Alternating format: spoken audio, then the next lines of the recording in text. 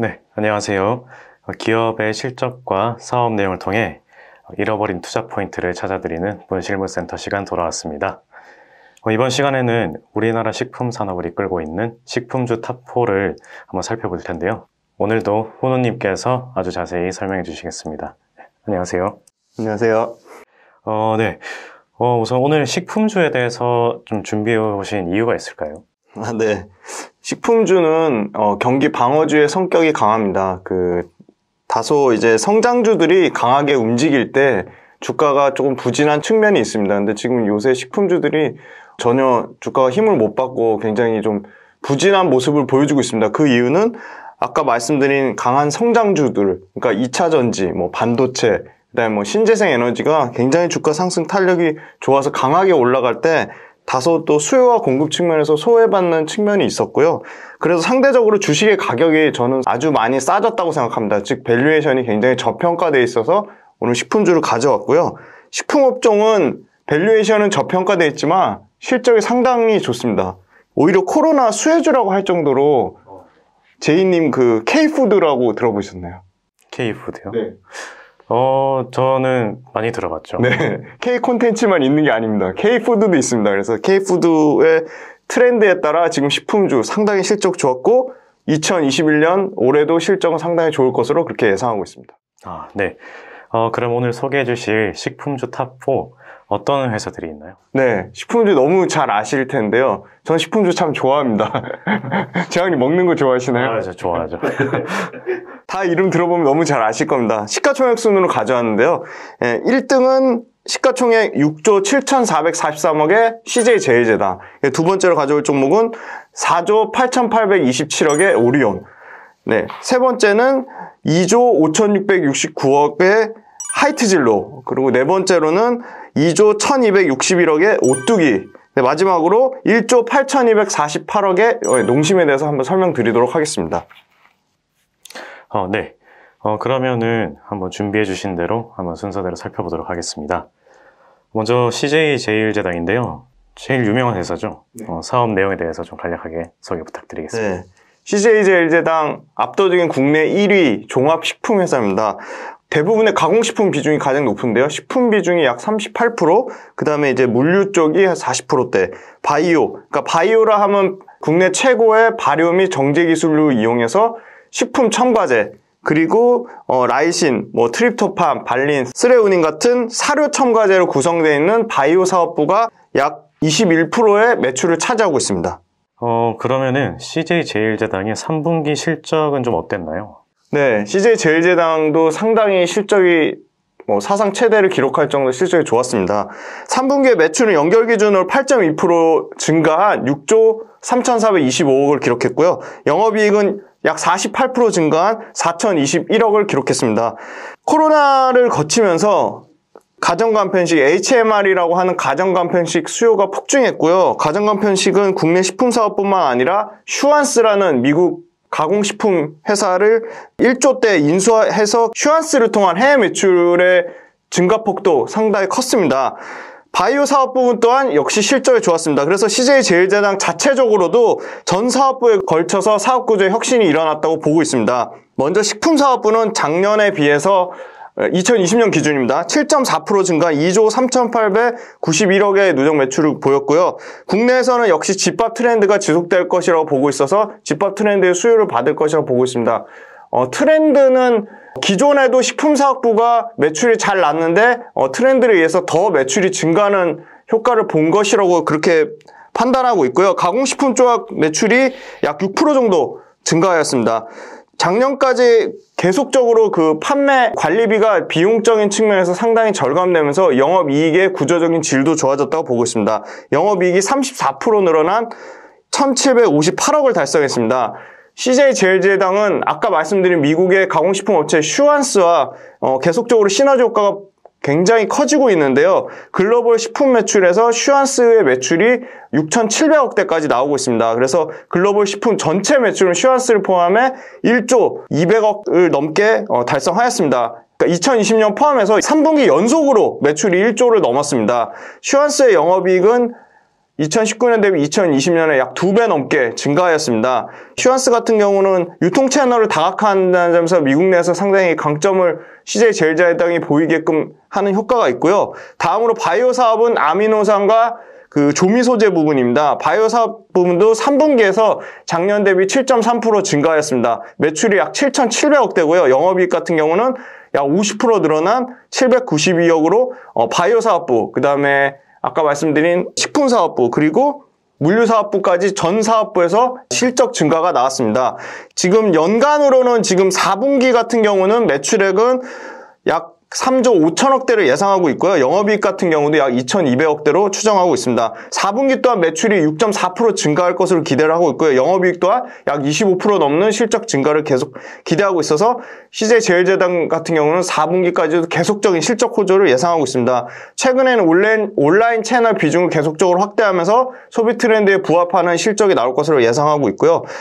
그 미국 냉동식품업체 슈완스 같은 경우가 지금 계속 미국 시장의 유통 거래업체를 확대하면서 미국 쪽 매출이 계속 큰 폭으로 증가할 것이라고 보고 있습니다. 바이오 쪽은 마지막으로 중국 양돈 시장이 호조를 보이고 있음에 따라 그 아미노산 그 첨가제 관련돼서 제품 수요가 계속 확대되고 있고 판매 가격 또한 올라가고 있는 추세를 보이고 있습니다. 그래서 바이오 사업부, 그 다음에 물류 사업부, 식품 사업부가 고르게 실적 성장이 이어지고 있고 이 실적 성장은 올해 2021년까지 계속될 것이라고 예상하고 있습니다.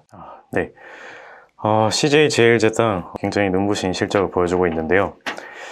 특히나 좀 눈여겨보면 좋을 좀 투자 포인트가 있을까요? 네. CJ 제일제당은 아까 계속적으로 말씀드린 슈완스를 통한 미국에서의 그 판매 채널 확대를 통한 해외 매출이 계속 큰 폭으로 증가를 하고 있다는 점이 첫 번째고요. 두 번째는 국내와 역시 해외, 미국 시장에서 비비고 만두 1년에 얼마 팔린 줄 아십니까? 아니요. 일단 저는 좀 많이 먹는 편이긴데. 네, 저도 엄청 먹거든요. 네. 얼마나 팔리죠? 비비고가 글로벌 매출이 국내까지 포함해가지고 1조가 넘는다. 그러니까 단일 품목으로 비비고가 오리온 초코파이가 최초로 1조, 한 단일 품목으로 1조 넘게 매출을 달성했다고 합니다. 그만큼 해외에서도 폭발적으로 이 가공식품이 가격도 잘 받으면서 매출의 그 양도 증가하고 있어서 해외 쪽에서 굉장히 매출이 잘 나오고 있다는 점, 그리고 유통 채널이 확대되면 확대될수록 매출의 증가 폭이 커진다면 상당히 기대를 하고 있고요. 추가적으로 말씀드리면 유통 채널은 기존에 CJ 제일당이 코스트코 중심이었다면 월마트, 그리고 크로거, 타기, 푸드시티, 하이비 다 아까 말씀드린 슈완스라는 업체를 통해서 다 유통 채널이 상당히 다각하게 확대되며 미국 내 전역으로 한 3만 개 넘게 유통 채널이 입점될 것으로 기대를 하고 있습니다. 큐의 양적 확장이 이뤄질 전망이고요. 다음으로는 바이오 쪽에서 글로벌 최고 수준의 R&D 경쟁력으로 포트폴리오를 강화하고 있습니다. 최근에 그 생물 자원을 토대로 산업용 소재나 바이오 연료를 만드는 화이트 바이오 사업을 신성장 동력으로 본격화할 것이라고 보고 있습니다. PHA란 말 들어보셨나요? 아니요, 저는 못 들어봤어요. 네. PHA는 친환경 플라스틱을 만드는 소재인데요. 특정 미생물의 그 식물 유래 성분을 섭취해서 세포 내 에너지를 저장하려는 고분자 물질입니다. 이 PH의 가장 큰 장점은 토양하고 해양에서 모두 생분해가 가능하다는 점이고요. 페트병, 플라스틱 이거 분해하는데 얼마나 걸리는지 아십니까? 저 막 100년 넘게 걸리는. 네, 맞습니다. 수백 년 걸린다고 하더라고요. 근데 이 지금 말씀드린 PHA 소재는요, 생분해가 완전 100% 되는데 짧게는 반년만 해도 분해가 되고요. 엄청난 거죠. 굉장히 혁신적으로 보고 있는데 뭐 길게는 수년 안에 생분해가 된다고 합니다. 그러니까 당연히 기존에 분해가 안 되는 플라스틱 소재가 대폭 이 PHA 같은 생분해성 소재, 그러니까 친환경 플라스틱 소재가 대폭 대체될 거라고 보고 있고요. 현존하는 유일한 100%의 해양 생분해 플라스틱 PHA를요, 인도네시아에 지금 파수루안에 있는 바이오 공장에 신설하려고 지금 생산 라인을 만들고 대량 생산 체계를 구축할 전망이라 이 화이트 바이오 관련된 신성장 동력에도 상당히 기대를 하고 있습니다. 그래서 국내 가공식품 시장 점유율, 비비고가 국내 시장 점유율도 55%더라고요. 만두 시장 내에서 엄청난 압도적입니다. 네. 그래서 이 비비고 관련된 가공식품의 폭발적인 국내와 해외 모든 시장 성장세에 사업부별로 매출이 굉장히 다각화되어 있다는 점, 그리고 화이트 바이오라는 신성장 동력까지 기존에 돈도 잘 벌고 있는 캐시카우도 잘 되고 있는 데다 신성장 동력까지 상당히 기대가 된다, 이렇게 요약드릴 수 있을 것 같습니다. 네. 다음은 한국인의 정이죠. 초코파이로 유명한 오리온인데요. 오리온 사업 내용 좀 간략하게 설명 부탁드리겠습니다. 오리온 과자 대표적인 거 기억나시는 거 있나요? 당연히 초코파이죠. 네. 오리온의 역시 초코파이인데요. 국내 대표 기업입니다. 네, 오리온도 모든 음식료품의 제조와 가공 판매를 하는데요. 초코파이 같은 파이류 제품, 그리고 포카칩이나 오징어 땅콩 같은 제가류를 안정적인 실적을 바탕으로 국내에서 가장 높은 시장 점유율을 차지하고 있습니다. 중국 시장에 폭발적으로 성장하고 있고요. 소매점 판매 강화를 통해 판매 채널을 계속적으로 확대하고 있습니다. 최근에는 간편 대용식, 그리고 프리미엄 초코파이, 그리고 제주 용암수, 그러니까 생수죠. 생수 판매 등으로 다양한 신규 성장 동력을 계획하고 있습니다. 네. 오리온의 그럼 3분기 실적과 4분기 실적 전망 한번 좀 말씀해 주시겠어요? 네네. 오리온은 3분기 기준으로는요, 연결 매출이 전년 동기 대비 12.7% 증가한 5,947억을 기록했고, 영업이익은 전년 동기 대비 6% 증가한 1,078억을 기록했습니다. 국내뿐만이 아니라 역시 해외에서 중국, 그 다음에 러시아, 베트남까지 고른 해외에서 상당히 좋은 호실적을 기록했습니다. 특히 먼저 국내부터 말씀드리면 국내는 매출이 6.4%, 영업이익 2.7% 증가했고요. 그 다음에 베트남 같은 경우는 매출이 18%, 영업이익은 23% 증가했습니다. 베트남 같은 경우는 쌀과자 안이 그 베트남 특유의 가츠오부시 맛이 인기를 끄면서 매출액이 약 100억대 가까이 나올 것으로 기대를 하고 있습니다. 러시아 같은 경우도 법인 쪽 매출이 16%, 영업이익 46%까지 증가했는데요. 러시아 같은 경우는 다양한 맛, 라즈베리, 망고 등의 잼이 들어가 있는 초코파이, 그러니까 초코파이인데 상당히 맛의 특성이 있는 초코파이로 파이 부분의 매출이 상당히 큰 폭으로 증가했습니다. 이러한 매출 증가로 인해서 해외 법인 중국과 러시아, 베트남이 4분기에도 계속적으로 매출 호조가 이어질 것이라 보는데요. 4분기에는 파이 스낵에서 신제품이 나옵니다. 초코파이 요거트. 파이하고 스낵에서 다양한 4분기 신제품이 나와서 신제품이 매출에 상당히 도움을 줄 것이라 보고 있고요.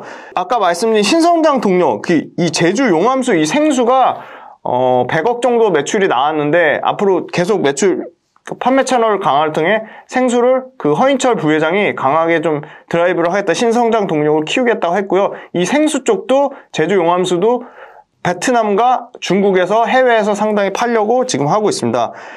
또 아까 말씀드린 닥터유 드링크라는 음료 쪽에서도 사업이 잘 나올 것 같고요. 그 다음에 전체적인 음료와 파이와 스낵 제품에서 호실적을 볼 것으로 보여 4분기에는 전년 동기 대비 약 6%에서 8% 증가한 5,800억에서 6,000억대 매출을 예상하고 있고요. 영업이익 같은 경우는 약 9%에서 16%, 컨센서스 비중이 좀 차이가 있는데요. 1,000억대에서 많게는 1,200억까지 영업이익을 예상을 하고 있습니다.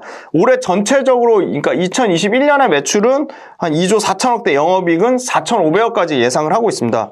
음식료 업종 내에서는 오리온이 가장 높은 실적 성장률을 보일 것이라고 기대를 하고 있습니다. 네.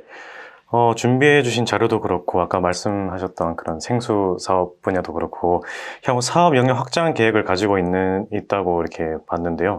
이 부분 한번 좀 짚어주시죠. 네네. 생수 부분을 좀 더 자세히 설명드릴게요. 왜냐하면 생수 부분이 그 허인철 부회장님께서 좀 신성장 동력으로 강하게 드라이브를 하겠다고 했거든요. 그래서 지금 제주 용암수가 국내 생수 시장 진출한 지 1년이 지났고 아까 말씀드렸듯이 매출이 한 100억 정도 나오고 있습니다. 그런데 지금 제주 용암수는 자체적으로 오리온에서는 그 다농그룹의 에비앙이라는 프리미엄 물 있잖아요. 그 프리미엄 물 시장하고 경쟁하는 것을 목표로 삼고 있습니다. 에비앙이 매출이 약 2조 정도 나오고 있거든요. 지금 베트남 같은 경우가 가장 높은 해외 생수 시장에서 성장률을 기대를 하고 있는데 그 이유는 베트남이 이 중국과 마찬가지로 상수 인프라가 상당히 안 좋다고 합니다. 굉장히 열악하다고 합니다. 물이 굉장히 좀 더러워서요. 그래서 안전한 식수를 향한 중국과 베트남 쪽에서 상당히 높은 관심이 있다고 하고 아까 말씀드린 베트남 쪽에서 생수 시장 성장률은 한 10%대를 예상하고 있고요. 중국 생수 시장 또한 34조 원으로 지금 하나금융보고서에 나온 걸 34조로 추정하는데 연평균 5년 동안 10% 넘는 실적 매출 성장률을 나올 것이라고 보고 있습니다. 그리고 글로벌 리서치 기업 유로모니터에 또 따르면요. 베트남에서 판매되는 전체 생수 규모가 2023년에는 2018년 베트남 전체 팔린 생수 규모 대비 2배 증가한 약 10억 7,500만 리터까지 베트남의 그 생수 시장의 실적 성장성의 확대 여력이 있다. 그렇게 보고 있습니다. 그리고 지금 오리온 같은 경우는 이미 초코파이하고 쌀과자 베트남하고 중국에서 잘 팔고 있거든요. 그래서 생수 시장 또한 상당히 제주 용암수 굉장히 큰 기대를 하고 있습니다. 그리고 마지막으로 아까 말이 좀 엇나왔는데요. 이 닥터유 단백질바, 이 에너지바가 상당히 잘 팔리고 있답니다. 지금 누적으로 국내에서 1000만 개 넘게 팔렸다고 하더라고요. 매출도 1000억대까지 지금 기대를 하고 있답니다. 이 에너지바 하나로 식사를 대용하는 그 식사 대용품이라고 하더라고요. 네. 그래서 그 부분에 대한 기대도 크고 있고요.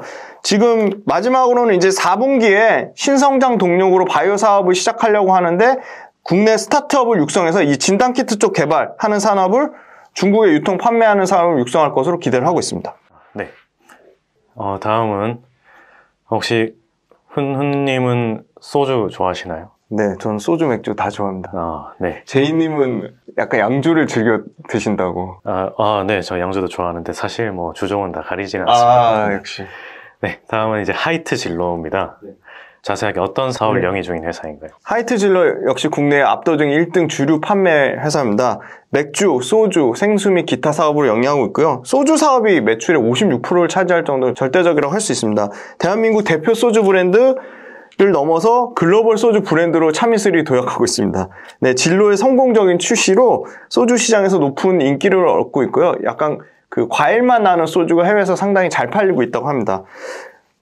다음 그럼 하이트 진로의 3분기 실적과 4분기 실적 전망 한번 말씀해 주시죠. 네네.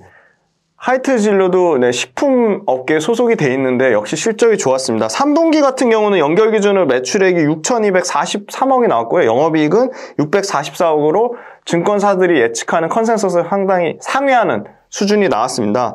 전년 동기 대비로는 매출액이 18% 증가했고 영업이익은 31%까지 증가하였습니다. 8월 중순부터 서울의 수도권 거리두기 강화되면서 상당히 오히려 좀 온라인 쪽으로 견조한 실적이 나왔다고 보고 있고 맥주 같은 경우는 테라 판매량이 꾸준히 증가하고 있습니다. 별도 기준으로 테라 매출 약 23% 넘게 성장했고요. 테라의 시장 점유율 또한 계속적으로 확대가 되고 있습니다. 블랑이나 서머스비, 파울라나 같은 해외 맥주도 지금 하이트 진로가 수입해서 팔고 있는데요. 이쪽 수입 맥주의 매출도 전년 대비해서 성장하고 있습니다. 소주 같은 경우는 진로 이즈백, 참이슬 판매량이 계속적으로 큰 폭의 증가가 나오면서 10% 넘게 물량 증가 효과를 보고 있고요. 판매량이 증가됐다는 점입니다. 4분기 같은 경우는 지금 예상 매출이 6천억을 넘을 것이라고 예상하고 있고요. 영업이익 또한 약 350억에서 400억 수준을 전망하고 있습니다. 2021년 올해 같은 경우는 연간 전망은 작년 대비 2020년 상당히 호실적을 기록했음에도 불구하고 그거 대비 약 6% 증가한 2조 5천억대, 영업이익 같은 경우는 상당히 양호한 실적을 보인 2020년 대비해서도 25%가 증가한 약 2,500억대를 예상하고 있습니다. 네, 하이트 진로만의 차별화 포인트 뭐가 있을까요? 네, 하이트 진로 같은 경우는 주류 시장이 지금 저점 대비 계속 반등을 보여주고 있습니다. 상당히 테라가 잘 팔리고 소주가 잘 팔리면서 큰 폭의 실적을 보여줬는데요. 하이트 진로 역시도 아까 말씀드린 이 과일, 리코 소주라는 이 과일 소주가 상당히 해외 부분에서 모멘텀을 받고 있고요. 코로나 재확산 가능성이 아직까지도 계속 진행 중에 있으면서 오히려 서울이나 수도권 중심으로 업소용 채널의 수요가 좀 개선되고 있습니다. 그리고 테라가 굉장히 브랜드 가치가 계속 커지면서 테라에 대한 높은 선호도가 시장 점유율을 맥주 시장 내에서 계속 올라갈 것이라고 기대를 하고 있습니다. 올해 2021년도 주류 시장은 업소용 채널 쪽과 소비자용 채널이 고르게 동시에 성장할 것이라고 보고 있고요. 포스트 코로나 시대에서도 테라는 계속 지방에서 시장 점유율이 계속 확대되고 아까 말씀드린 유흥상권에서 계속 수요가 회복될 것이라고 보여 물량 증가 효과와 가격 상승 효과를 보여 아까 말씀드린 2021년에는 2020년 작년에 최고 실적을 예상함에도 불구하고 거기서 추가 더 업사이드 영업이익 같은 경우는 25%, 매출액 같은 경우는 5% 이상의 실적 증가를 보일 것으로 보여서 아직도 하이트 진로 같은 경우는 글로벌 피어 주류 기업 대비 여전히 좀 저평가되어 있다 보고 있습니다. 그래서 최근에 이미 벌써 주가가 반등이 나오고 있더라고요. 네. 네, 다음은 가뚝이라 불리는 회사죠. 오뚝입니다. 네, 사업 내용 간략하게 소개 좀 부탁드릴게요. 오뚝이 하면 어떤 라면이 혹시 떠오르지 않으시나요? 진라면이죠. 네. 사실 실질적인 소비자들이 실제 구매하는 점유율, 그러니까 실제 판매한 거는 굉장히 브랜드 조사에서 나왔는데요. 물론 농심 신라면이 겉으로 보여지는 브랜드 그거에서는 1등이었는데 실제 소비자가 구매하는 비율에서는 진라면이 1등으로 나왔더라고요. 상당히 좀 흥미있는 리서치였고요. 오뚜기 같은 경우 역시 종합식품기업입니다. 식품과 관련된 다양한 사업을 골고루 매출과 이익이 나오고 있습니다. 오뚜기는 가장 큰 거는 역시 면제품이 약 30% 가까이 차지하고 있고 라면을 말하는 겁니다. 그리고 건조식품 14% 정도 나오고 있고 양념 소스 쪽에서도 14%, 그 다음에 유지류가 13%, 농수산 가공식품이 나머지 비중을 차지하고 있어서 특징이 굉장히 고르게 사업부가 잘 식품 쪽에서 분산되어 있습니다. 해외에는 미국, 뉴질랜드, 베트남, 중국의 법인이 있습니다. 그래서 해외 쪽도 매출을 계속 늘리려고 지금 오뚜기에서 해외 쪽 매출을 신성장 동력으로 삼고 있습니다. 네, 오뚜기의 3분기 실적과 4분기 실적 전망 한번 부탁드리겠습니다. 네, 오뚜기도 3분기 실적 상당히 잘 나왔습니다. 농심과 하이트 진로 못지않게 상당히 잘 나왔는데요. 3분기 같은 경우는 전년 동기 대비 매출이 약 15% 증가한 6,813억이 나왔습니다. 영업이 더 큰 폭인데요. 영업이 63% 증가한 596억을 기록했습니다. 오뚜기 하면 역시 3분 카레를 생각하시는데요. 가정간편식, 오뚜기가 가정간편식 HMR 최초 진출한 사업자입니다. 가정간편식 시장의 절대 강자인데요. 즉석밥, 라면, 소스류를 생산하는 오뚜기가 집밥 문화 확산에 역시 최대 수혜를 받고 있습니다. 3분기까지 누적 매출로는 1조 9,677억을 기록했고요. 영업이익 같은 경우는 1,697억을 기록했습니다. 동기간 비교하면은 매출액은 누적으로도 약 12%, 영업이익 같은 경우는 33% 증가를 기록했습니다. 해외 매출도 큰 폭의 상승을 보여줬습니다. 해외 매출 같은 경우는 누적으로 10% 넘게 증가를 보여줬는데 라면뿐만 아니라 이 가정간편식 HMR 제품에서도 매출 증가를 보여줬습니다. 지금 전체적으로 그 가정간편식 같은 경우는 건조식품류 매출에 포함되는데 1,081억까지 매출액이 늘어나고 있습니다. 가정간편식 제품 판매 호조는 지속될 것이라고 전망하고 있고요. 진라면을 중심으로 영업활동 적극적으로 하고 있습니다. 그리고 웹사이트 오키친이라는 데를 오픈했는데요. 오키친이 특이한 게 이 요리 종류, 그 다음에 식자재, 조리법, 주재료, 조리 도구 등으로 다양하게 요리에 서툰 소비자들한테 간편하게 요리법을 알려주면서 굉장히 큰 호응을 얻고 있다고 합니다. 이 판관비, 비용도 상당히 잘 통제해가지고 전년 동기 대비로는 약 2% 넘게 그 판관비를 감소하였습니다. 비용 관리 흐름이 상당히 좋아서 오뚜기도 상당히 실적이 좋을 것이라 보고 있고요. 오뚜기 또 특이한 점이 냉동 피자의 절대 강자입니다. 오뚜기의 냉동 피자 시장 점유율은 50%가 넘습니다. 지금 약 52%까지 나오고 있습니다. 냉동 피자 시장도 굉장히 커질 것이라 보고 있고요. 라면 시장은 오뚜기가 2등입니다. 지금 23%, 굳건한 캐시카우. 라면과 이 가공식품에서도 오뚜기도 상당히 좋은 실적을 보여주고 있다, 그렇게 말씀드릴 수 있을 것 같습니다. 네. 그럼 오뚜기가 다른 식품주와 차별화되는 그런 포인트들이 좀 있을까요? 네네. 오뚜기가 농심이나 뭐 삼양식품이나 뭐 CJ 제일제당 대비 가장 약한 부분이 해외 매출 부분이었거든요. 해외 매출이 10%가 안 돼요. 뭐 7%, 8%대 나오는데 2020년 작년 최초로 해외 매출이 전체 오뚜기 매출에서 10%를 차지할 전망입니다. 지금 오뚜기가 역대 2015년에 9.9%가 최대였거든요. 갱신할 거로 보이고 올해 2021년은 더 늘어나겠죠. 뭐 많게는 12%, 13%까지 보고 있는데요. 역시 국내 시장에서 안정적인 라면과 냉동 피자 같은 뭐 컵밥류 같은 가정 간편식 HMR과 라면 시장에서 확고한 시장 점유율을 굳건히 유지하면서 캐시카우를 잘 유지하고 있는 가운데 해외 매출까지 늘어날 경우에는 상당히 오뚜기도 실적 모멘텀을 받을 것이라고 보고 있고요. 해외 시장에서 잘 팔릴수록 가격에 대한 그 가격 상승 효과도 누릴 것이라고 보고 있습니다.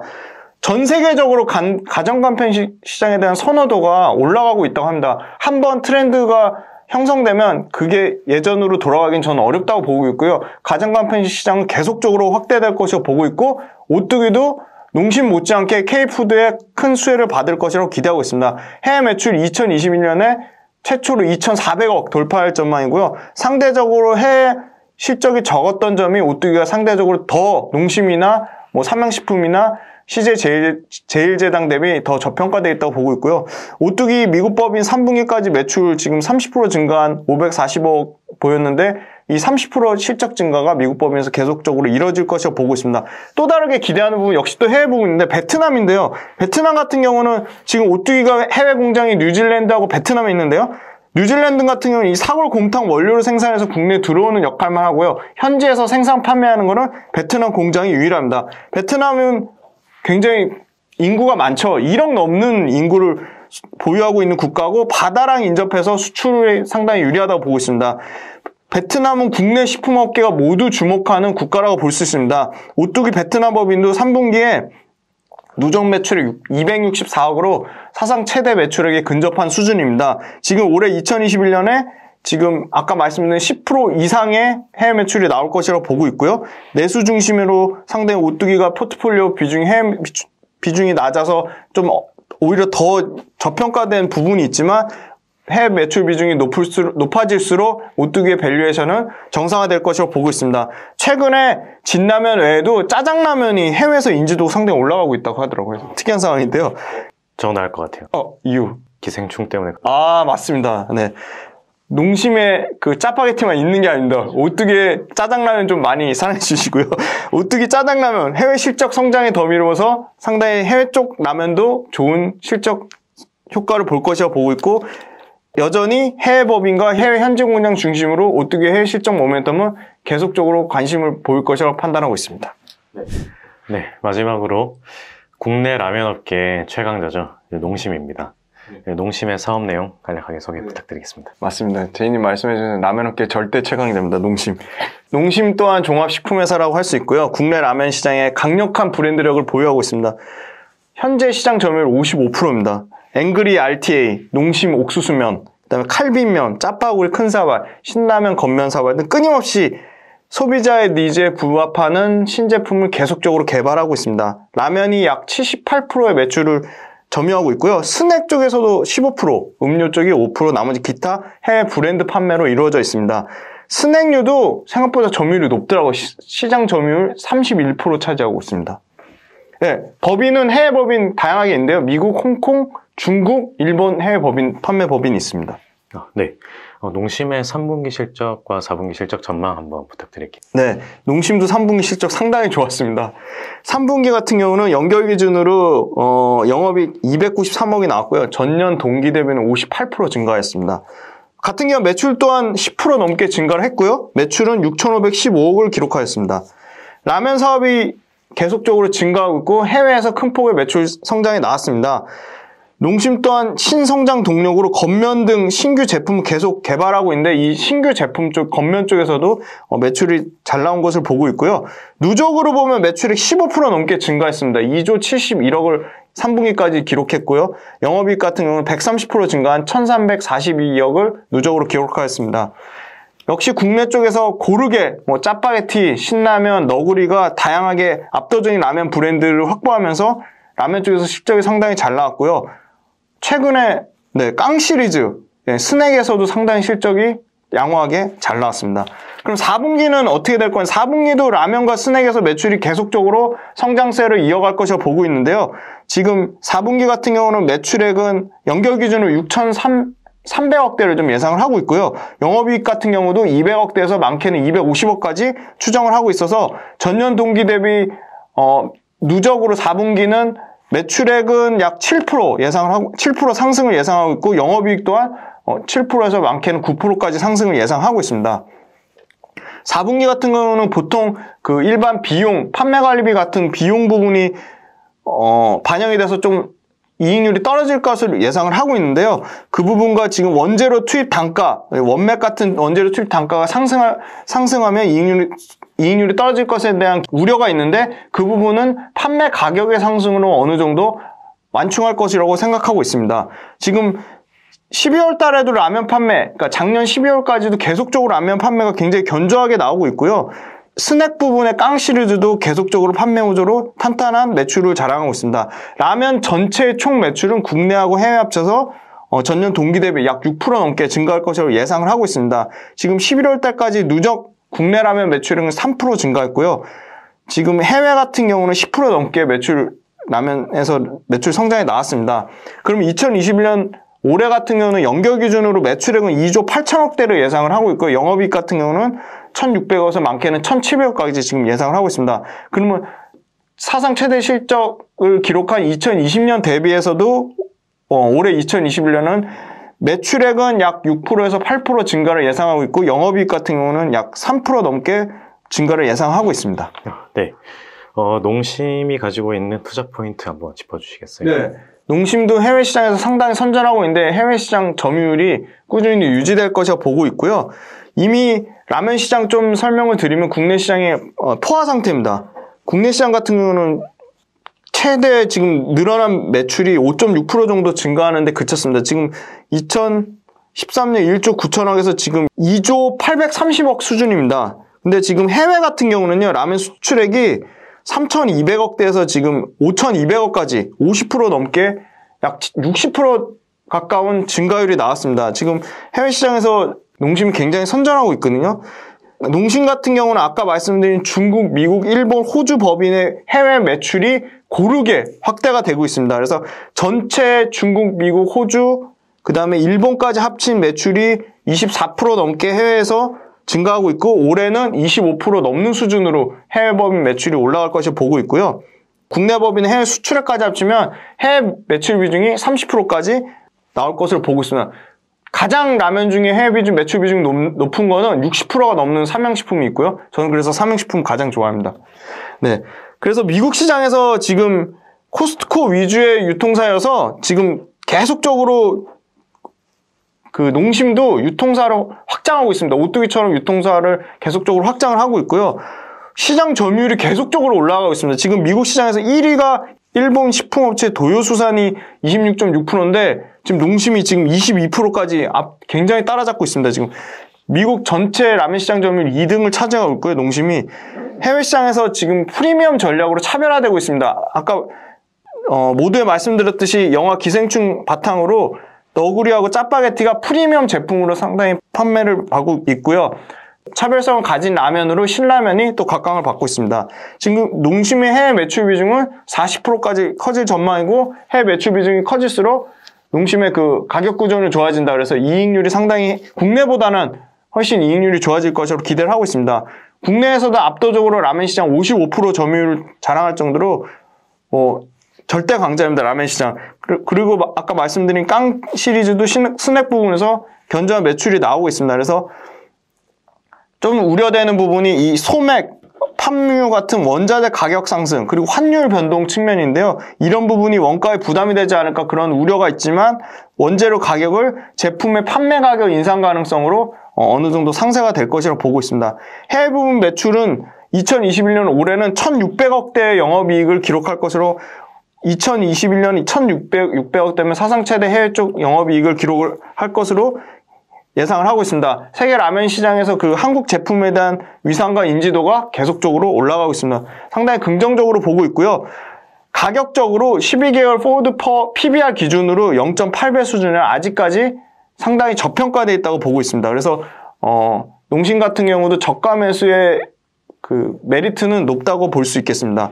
지금 코로나 상관없이 그 대내외적으로 경제 환경은 불확실한 상황이지만 국내의 안정적인 라면 캐시카우, 그러니까 시장 점유율을 바탕으로 해외 시장 계속 개척하고 있고요. 지금 2억 달러, 2천억 넘게 투입해가지고 미국의 제2생산공장 가동 목표를 하고 있습니다. 올해 목표를 하고 있는데 미국의 제2생산공장 가동되면 북미 외에 남미 시장까지 진출할 목표로 기대를 하고 있습니다. 이 농심의 그 부회장 또한 신년사에서 제품 포트폴리오 강화해서 글로벌 기업으로 계속 하자고 해서 농심 또한 아까 말씀드린 K푸드의 사상 최대 수혜를 받을 것이라고 그렇게 예상하고 있습니다. 네.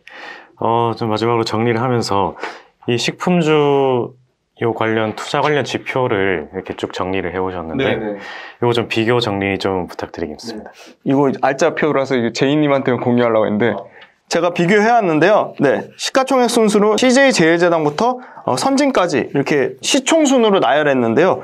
1월 11일 시총 기준입니다.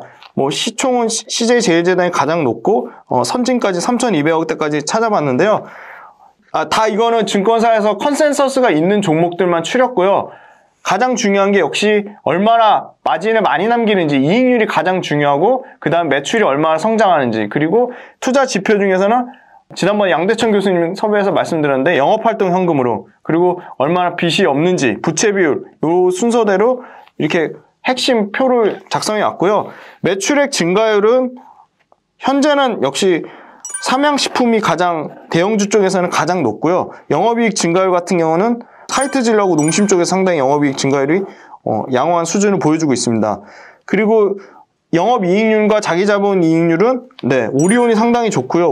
오리온이 영업이익률, 자기자본 이익률 모두 좋고요. 저평가된 기준을 따지는 퍼로 봤을 때는 상당히 CJ제일제당이 지금 2021년 퍼 기준 10배 밑으로 떨어지거든요. CJ제일제당 상당히 좀 저평가되어 있다고 보고 있습니다. 그리고 영업활동 현금 흐름의 큰 폭의 증가가 나오는 거는 오리온하고 삼양식품이 영업활동 현금 흐름이 좀 좋아지는 게 있고요. 부채 비율 같은 경우는 역시 삼양식품이 상당히 낮은 수준입니다. 그래서 실적의 증가율 측면에서는 오리온하고 CJ제일제당이 좀 고르게 좋은 편이고요. 이익률 측면에서도 역시 오리온이 좀 좋은 편이라고 볼 수 있겠습니다. 영업활동 현금 흐름 또한 오리온하고 삼양식품이 좀 좋고요. 삼양식품은 자기자본 이익률과 영업이익률 또한 좀 상당히 굉장히 양호한 수준입니다. 그래서 제 관심 종목을 좀 말씀드리면 저는 삼양식품, 그리고 오리온, 그리고 뭐 대형주 쪽에서는 CJ제일제당 순위로 말씀드릴 것 같고요. CJ제일제당 같은 경우는 퍼가 10배 미만이니까요. 그래서 좀 이렇게 실적 증가율, 그 다음에 이익률 측면, 실적 증가율 측면, 이익률 측면, 그리고 마지막으로 재무제표상의 현금 흐름을 종합적으로 다 판단하셔서 투자하길 권해드리고요. 저희가 이 개별 종목을 공부하시라고 소개하는 관점이지 절대 매수매도 추천이 아닙니다. 절대 매수매도 추천 아니니까 이거 종목 듣고 절대 사지 마세요. 제발 부탁드리겠습니다. 네, 오늘도 굉장히 유익한 정보 감사드리면서 다음 시간에도 더 좋은 내용으로 찾아오겠습니다. 네, 수고하셨습니다. 네, 감사합니다. 네.